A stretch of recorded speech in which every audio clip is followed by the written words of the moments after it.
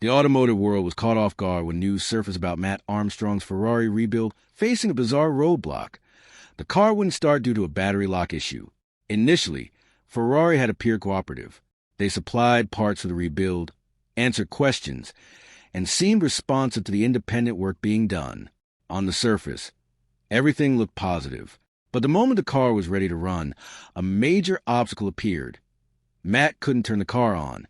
The battery management system, a crucial part of the hybrid drivetrain, had effectively locked the car, making it unusable. This raises a fundamental question. Why would a manufacturer supply parts, approve a rebuild, and acknowledge the work, only to block the car at the last stage?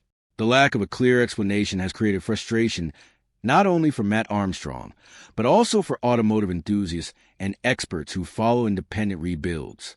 The official response from Ferrari has been cryptic. They tell owners to bring the car to an authorized service center to fix the issue. For independent builders, this is not only inconvenient, it is a barrier that raises questions about fairness, transparency, and the right to repair. Mat can buy the high-voltage battery control unit from independent suppliers for around $17,000, but without Ferrari's involvement in activating the system, the car remains immobile. This scenario highlights a problem far bigger than one car. It's about whether owners truly have control over vehicles they legally own, or whether manufacturers retain ultimate authority through software and electronic systems. Ferrari's early cooperation during the rebuild process initially gave the impression that independent work could proceed safely and transparently. Parts were supplied on time, questions were answered selectively, and it seemed the company was willing to support the rebuild. However, this appearance of transparency hides a more strategic approach. The cooperation only extended to supplying parts and responding to inquiries. It did not cover critical system activation. The ECU, or electronic control unit, responsible for battery management and vehicle safety, remained under Ferrari's control. There is no official documentation explaining what specific condition triggered the lock or what measurable criteria must be met to unlock it. The technical reasoning behind the lock is unknown, leaving independent builders in a state of uncertainty. It's not a question of whether the car can be rebuilt or repaired mechanically. All components are OEM, and the car passes inspections. Yet, without Ferrari's authorization, the final step of making the vehicle operational is blocked. This elective support raises questions about the company's strategy and intentions, especially as it pertains to brand image control and limiting independent rebuilds. It is not simply about safety. It's also about controlling who can operate the car, when and under what circumstances. Understanding why the Ferrari 296 GTB can be locked requires a look into its layered software and hybrid architecture. Modern high-performance cars, especially hybrids like the 296 GTB, rely on complex electronic systems. The high-voltage lithium-ion battery powers the drivetrain, but it cannot operate independently. The 12-volt auxiliary battery must first activate the ECUs, which then check the system status, run diagnostics, and only if all conditions are met, allow the high-voltage battery to engage. This sequence ensures safety, prevents damage, and maintains system integrity. However, this system also allows manufacturers to retain ultimate control. If the 12-volt battery is weak, if a fault is triggered during storage, or if a certain threshold is crossed during a rebuild, the ECU can lock the entire activation sequence. In theory, this is a safety measure. In practice, it also gives the manufacturer a mechanism to enforce control over independent rebuilds. Even with new batteries, mechanically sound components, and passing all inspections, the car can remain locked because the software requires factory authorization. Essentially, the physical parts are not enough. The software key is equally critical, and without it, independent builders cannot complete the project. The $17,000 battery control unit represents another layer of this problem. While independent suppliers can provide the hardware, the ECU requires a handshake with Ferrari's factory authorization to function. Mat Armstrong can source the unit, install it correctly, and meet every mechanical specification, but the car remains non-functional without the activation protocol. This is a reality that applies to all Ferrari owners who may seek independent repairs. It highlights a broader issue in modern automotive ownership. What does it mean to truly own a vehicle if a manufacturer can control critical systems remotely? Legally, Ownership is straightforward. You hold the title, the VIN, and the physical object. But operationally, ownership can be conditional. If the software system is locked, the hardware cannot be used independently. For enthusiasts, rebuilders, and anyone outside the dealer network, this situation represents a conflict between traditional ownership rights and the growing control manufacturers have over electronic systems. The implications extend beyond Mat Armstrong's rebuild. The right to repair movement has been gaining momentum across various industries, from agriculture and electronics to medical devices. At its core, the movement argues that individuals and independent shops should be able to diagnose, repair, and maintain their property without being forced to rely solely on manufacturer-controlled service networks. The Ferrari 296 GTB case has become a high-profile example in the world of exotic cars. It illustrates how software-controlled systems, while potentially enhancing safety and performance, can also act as barriers, restricting independent work and enforcing reliance on manufacturer service centers. For millions of viewers and car enthusiasts watching Mat's rebuild journey, this story is more than a technical curiosity. It is a real-world demonstration of how right-to-repair issues are evolving in high-end automotive culture. Ferrari's selective support strategy also raises questions about brand protection and marketing. Early cooperation gives the appearance of generosity and transparency, which build a positive narrative while the rebuild is public. Parts are supplied, communication is partially open, and the company seems reasonable. However, as the rebuild reaches completion, support evaporates quietly. The ECU remains locked, and the activation cannot occur outside authorized channels. The timing is notable. The period of highest public scrutiny coincides with the withdrawal of critical support. This suggests that the company's actions are not purely technical but strategic, designed to maintain control over the brand's image and ensure that independently rebuilt Ferraris cannot operate publicly without authorization. The narrative here is subtle but powerful. Cooperation in the early stages maintains goodwill, while restrictions at the final step enforce control. It is a delicate balance between appearing supportive and protecting corporate interests. Safety and engineering concerns are a legitimate aspect of this issue, but Ferrari's approach lacks transparency. A documented, measurable, and publicly understandable fault threshold could satisfy both safety and independent repair concerns. However, Ferrari has not published such criteria. The absence of clarity means that independent builders cannot determine whether activation denial is due to an actual technical problem or strategic brand enforcement. Without access to the specific fault logic, diagnostic codes, or activation criteria, the $17,000 battery control unit remains insufficient to complete the rebuild. The car is operational in every mechanical sense, but software and manufacturer authorization are now the deciding factors. This separation of hardware and software control underscores the growing tension between modern automotive engineering and traditional concepts of ownership. The broader context of hybrid systems adds another layer of complexity. The 296 GTB combines a twin-turbocharged V6 with a high-voltage battery pack. The car's sophisticated ECUs coordinate multiple subsystems, including drivetrain, battery management, and diagnostics. This makes independent repair possible only for those with detailed technical knowledge, proper equipment, and access to specific software tools. Even then, activation can be impossible without manufacturer cooperation. While safety engineering justifies some restrictions, the lack of published fault criteria and diagnostic pathways turns what should be a safety protocol into a service monopoly. Owners can possess all physical components and meet all mechanical standards, but without the software key, the car cannot function. This situation is increasingly common across high-end vehicles, signaling a shift in how automotive ownership and control intersect in the modern age. The heart of this story is the question of trust and fairness. Independent builders like Mat Armstrong rely on documented procedures, mechanical integrity, and verified components. When these are met, the expectation is that the vehicle should be fully operational. Yet, the Ferrari case reveals that meeting physical and technical standards is insufficient. Manufacturer authorization remains the gatekeeper. For enthusiasts, this challenge is as much philosophical as it is technical.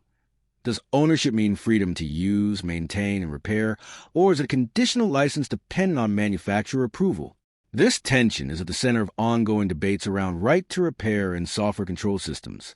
The Ferrari 296 GTB battery issue, while unique in specifics, is emblematic of a broader industry trend, raising important questions for regulators, manufacturers, and consumers alike. Ultimately, Mat Armstrong's struggle is more than a story about one car or one battery lock.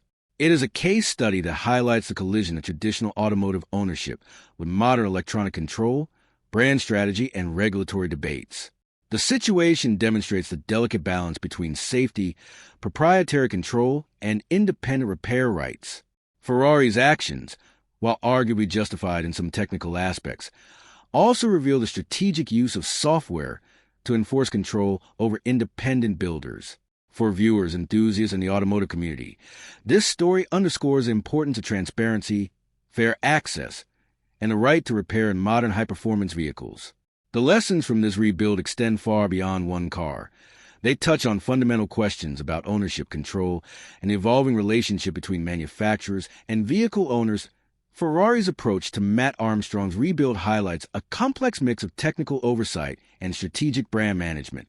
On the surface, the early cooperation looks generous. Independent builders and car enthusiasts see parts being supplied promptly, emails answered, and some level of engagement from the manufacturer. At first glance, it appears Ferrari supports independent work, fostering goodwill and demonstrating openness in an era where customer relations are increasingly public and scrutinized online. However, the reality behind this apparent generosity is far more calculated. While parts are provided and some inquiries addressed, the crucial step of activation, turning the car into a functioning vehicle, remain entirely under Ferrari's control. The software gatekeeping, the undisclosed fault logic, and the requirement for factory intervention effectively block Mat from completing the rebuild independently. This selective transparency demonstrates how appearances can mislead. It creates a narrative of cooperation while retaining the ability to enforce brand control at a critical moment. From a public perspective, Ferrari seems engaged and responsive. From the perspective of an independent builder, the early engagement is meaningless without the final activation step. This duality creates tension not only for Mat Armstrong, but for the wider community of independent builders who may attempt similar projects. It highlights an uncomfortable truth. Even if the manufacturer appears helpful, control over software and activation protocols can nullify all independent effort. Moreover, the timing of the selective support is significant. Early engagement occurs during the public eye, when scrutiny is high and media coverage could shape perception. By showing cooperation initially, Ferrari positions itself as a reasonable, transparent company while quietly reserving ultimate control. When the rebuild reaches completion and public attention peaks, support quietly disappears. This timing suggests the strategy is deliberate, aimed at controlling both the technical outcome and the brand narrative. In the case of the 296 GTB, early cooperation softened criticism and allowed the rebuild process to proceed in the public eye, creating a perception of openness. But as soon as the vehicle reached a stage where activation was critical, the real limitations of ownership emerged. The ECU-controlled battery system, software locks, and factory authorization requirements meant that the car could not be used independently. While mechanical integrity, OEM components, and inspections were all in place, the software key was still in Ferrari's hands. This layered control illustrates a central tension in modern automotive ownership. Legal ownership of a vehicle does not always equate to operational freedom. In high-performance, software-driven cars like the 296 GTB, a manufacturer can dictate the conditions under which a vehicle becomes functional, highlighting a significant gap between physical possession and practical use. The implications extend far beyond the single rebuild, as it sets a precedent for how software control can enforce brand authority while giving the public the illusion of collaboration. TO understand the depth of Ferrari's control. It's essential to examine how modern high-performance vehicles manage critical systems. The 296 GTB is a plug-in hybrid with a 166 kilowatt-hours lithium-ion battery paired with a twin-turbocharged V6 engine, but its powertrain does not operate purely mechanically. Instead, it relies on a layered network of electronic control units, or ECUs, which govern nearly every major system. from a high-voltage battery and drivetrain to safety protocols and diagnostic reporting. Before the high-voltage battery can power the vehicle, the 12-volt auxiliary battery must activate these ECUs. The ECUs then perform multiple diagnostic checks, verifying system status, safety thresholds, and fault conditions. Only when these checks are cleared does the ECU allow the high-voltage battery to engage. If any fault is detected, such as a voltage drop, a sensor error, or a procedural anomaly during the rebuild, the entire activation sequence can be frozen. In theory, this design serves a clear purpose. It ensures safety, prevents damage, and maintains system reliability. In practice, however, it also grants a manufacturer immense leverage over independent builders. A car could be entirely restored mechanically, every component OEM, every inspection passed, yet remain inoperable without the manufacturer's intervention. The $17,000 battery control unit illustrates this point vividly. While independent suppliers can provide the hardware, the software authorization, the key to making the system functional, remains locked.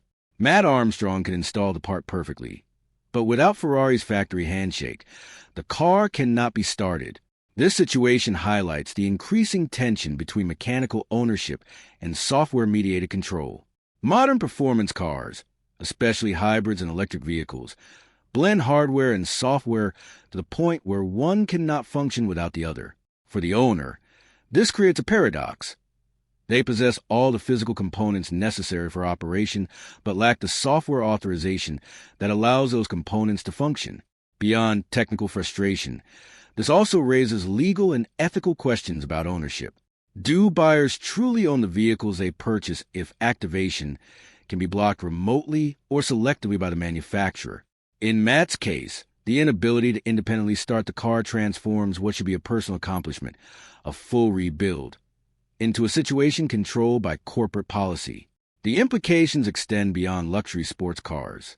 As more vehicles integrate complex software layers, the boundaries between physical ownership and operational authority are blurred.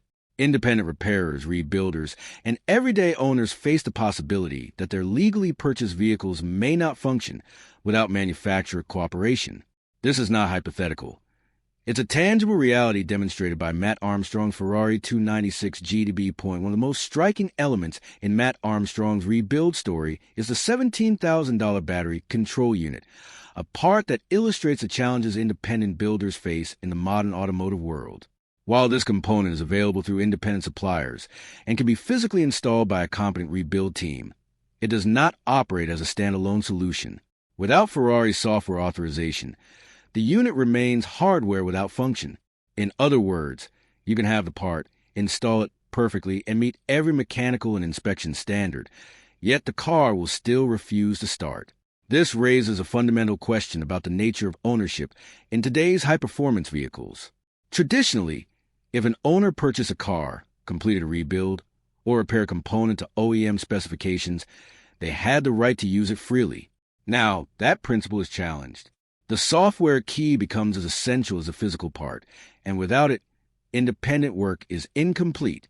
The battery control unit, while expensive, exposes a reality that hardware alone cannot guarantee functionality.